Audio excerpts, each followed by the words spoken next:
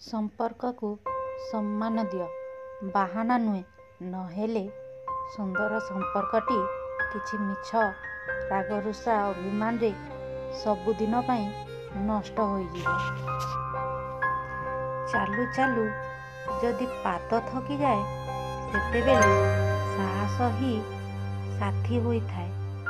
ସେମିତି ଯେତେବେଳେ ଏ ଦୁନିଆରେ ଲୋକ ତୁମଠାରୁ ମୁହଁ ବୁଲେଇ ଦିଅନ୍ତି, ସେତେବେଳେ ଭଗବାନ କେବଳ ସାଥୀ ହୋଇଥାନ୍ତି। କେବେ ସେଇ ମଣିଷକୁ କଷ୍ଟ ଦେବନି ଯିଏ ତୁମକୁ ହୃଦୟରୁ ଭଲ ପାଇଥାଏ।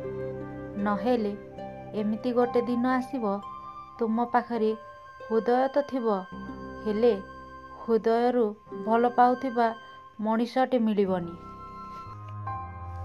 କେବେ ବି ନିଜ ଜୀବନ ବା ଜୀବନରେ ଘଟୁଥିବା ଦୁଃଖ ପାଇଁ ମନ ଦୁଃଖ କରନ୍ତୁ ନାହିଁ।